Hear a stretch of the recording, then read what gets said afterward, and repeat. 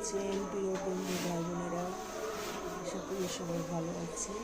এটা রাধার আছে বোনের বাসাতে। এই মাছ বের করে নিয়ে আসো এই ফ্রিজ থেকে, এই বোয়াল মাছ।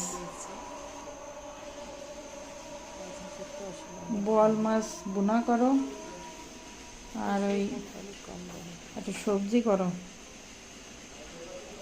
মার্কেটে পরিষ্কার হয়ে গেছে, আরেকটা পরিষ্কার করে নেবে কষে।